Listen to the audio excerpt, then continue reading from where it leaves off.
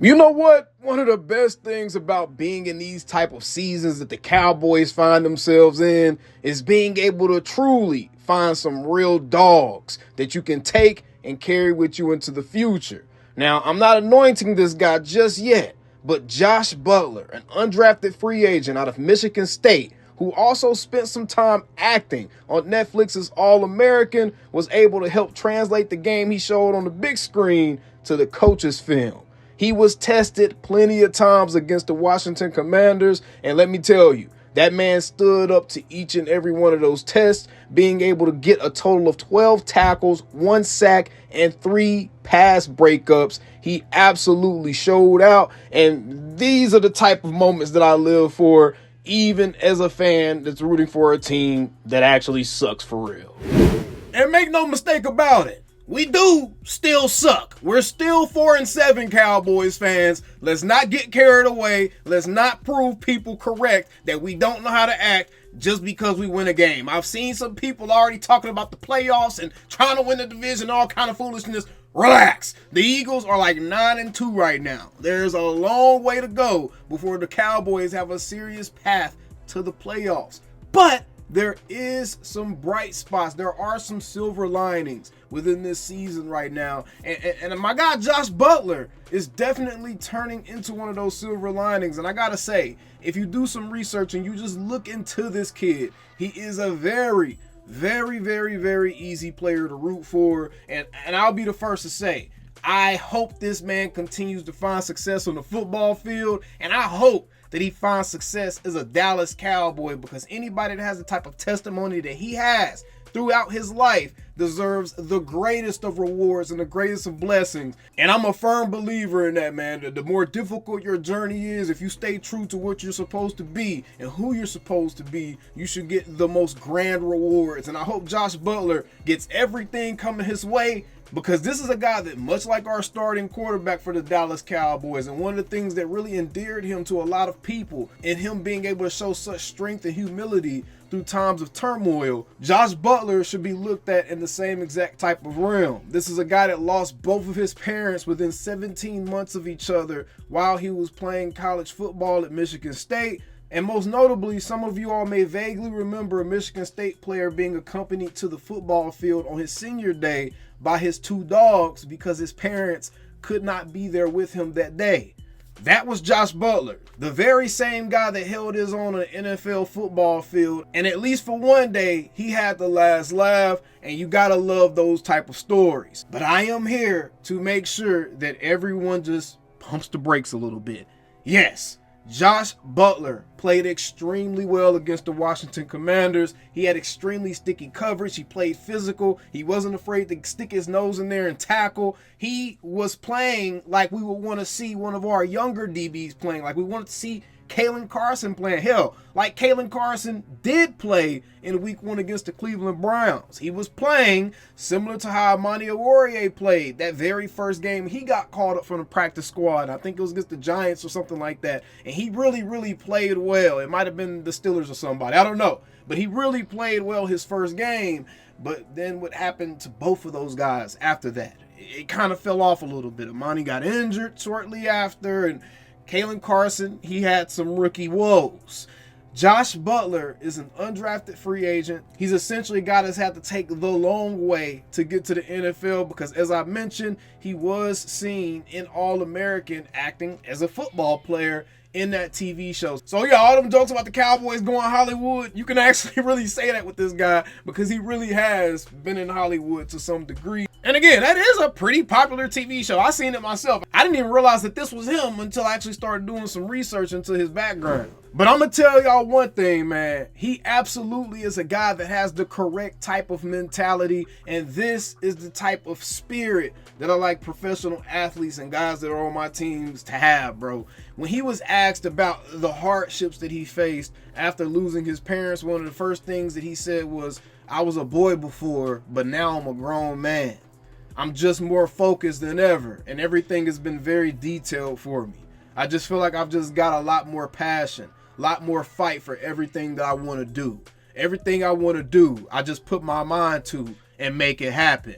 And I'm going to tell you one thing. For someone to respond that way, after losing both of their parents, you have to have an amazing amount of fortitude and you have to have an amazing amount of character. And for that, I have to say I am a fan of Josh Butler already, especially with the way that he balled out on that football field. And this is the reason why you always find yourself in that gray area as a fan when you start rooting for your team to actually actively start tanking. When you start doing that, you're disregarding the fact that there's guys on the football field that are legitimately trying to fight to make a living, that are legitimately trying to take advantage of what may or could be their one and only or their last chance to actually be in the NFL. So a lot of these guys, yes, we want them to tank for the purpose of draft position, but like guys like Awanye Thomas and some of these other guys have said, that's all fine and dandy, but what does that do for those guys that's on the field right now in the present? And I think as fans, it's easy for us to kind of just want to throw stuff away and throw things in the trash and instantly just move on. But I think that we got to hang in there a little bit. There is still a little bit of daylight left with this NFL season and how this season could potentially turn out if we actually take a look at this and we look at the records and we look at the conference rankings. Ladies and gentlemen, the Dallas Cowboys are only about 2 games back of the 7th place team for that wild card position, which I believe as of right now, it's still the Washington Commanders. So the Cowboys are only 2 games back of competing for a 7th place spot, which would get them that last wild card spot, which could set them up to go on like an Eli Manning-esque New York Giants type of run where the defense seriously carried those guys through that playoff run, accompanied by a commendable run game, and then Eli making some throws here and there when he needs to. I'm going to be real, all disrespect intended to Eli Manning. Cooper Rush can probably make whatever throws Eli Manning was making. So I think that at the very minimum, we could see a miraculous happening, like a 2% chance.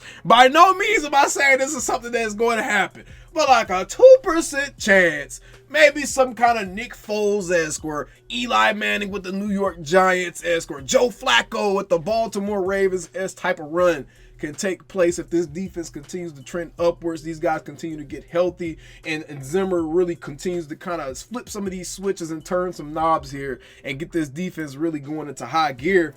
Then we could potentially see this team by the end of this week, after probably taking care of the New York Giants, the Cowboys could have positioned themselves to seriously be in the wild card hunt again. So it's not quite time to throw the season away. And then after the Giants, we're looking at Panthers and Bengals. So guys, there's a huge chance, especially with the way the Bengals defense has looked against everybody. There's a huge chance the Cowboys could mess around and rattle off a 3 or 4 game win streak here. And we see these boys back at 500 with about 3 games left to play in the season and in serious contention for a wild card spot. And whoo, man, that's going to be high drama, because at that point, you're looking at 2 different extremes. You're looking at one extreme where, as Cowboys fans and as a fan base and a community, we have to accept the reality where it's possible Mike McCarthy could have possibly done enough to save his job if this team manages to pull off a wild card spot. He could have possibly done enough to save his job at least for another year or 2, or for the remainder of Dak's contract. Who knows how Jerry's feeling after something like that would happen, right? Don't mess around and let them win a damn game while Dak is out. Oh my goodness. All hell is going to break loose. Mike McCarthy is 100% going to be back. And oh, brother, I can't imagine how that would play out. That's why I say in a lot of senses, it's just best that this season just completely blows up so they can kind of just start fresh, give everybody what they want, give us a young, modern head coach, inject some new life into this organization, inject some more structure, some more discipline into this organization. And just give fans something to cling on to and some hope, right? Some high draft picks. You got some exciting young guys coming in, and that would kind of organically, automatically bring fans back into the fold a little bit, because there's that natural excitement there, right?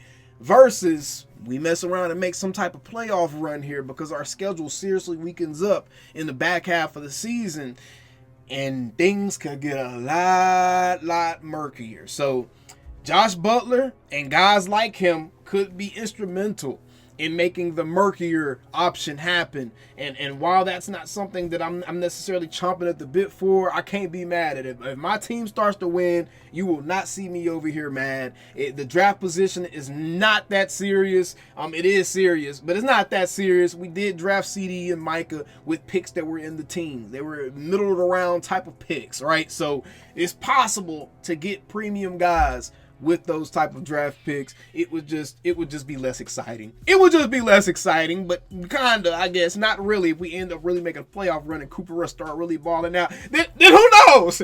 All pandemonium could break loose and we could really start having some fun here. Everybody can just get punch drunk on quarterback debates. But either way, Josh Butler, continue to ball out, brother. Continue to play amazing football. I'm rooting for you. I think all of Cowboys Nation is rooting for you. But Cowboys fans, we got to make sure that we do not put the wagon before the horses here. Do not put more expectations or more hype on Josh Butler than what's needed right now. Seriously, don't start all of a sudden bringing this guy up in all-pro conversation and Pro Bowl conversation. Oh, he could be a huge piece for the future. Don't start doing all that, because that's too much unnecessary pressure on him.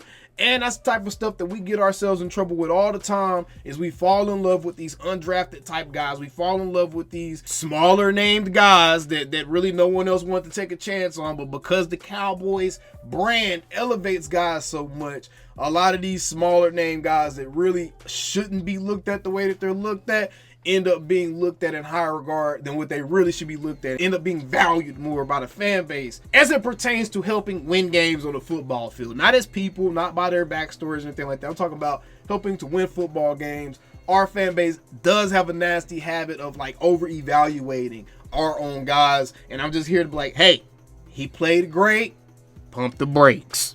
That's it. And we still same old Cowboy. Calling me, texting me, paging me, asking me, am I still the boy? Y'all usually check on me. Listen. I'm still them boys. Hey! Woo! Oh, shut up, my boy. Hey! I'm still them boys.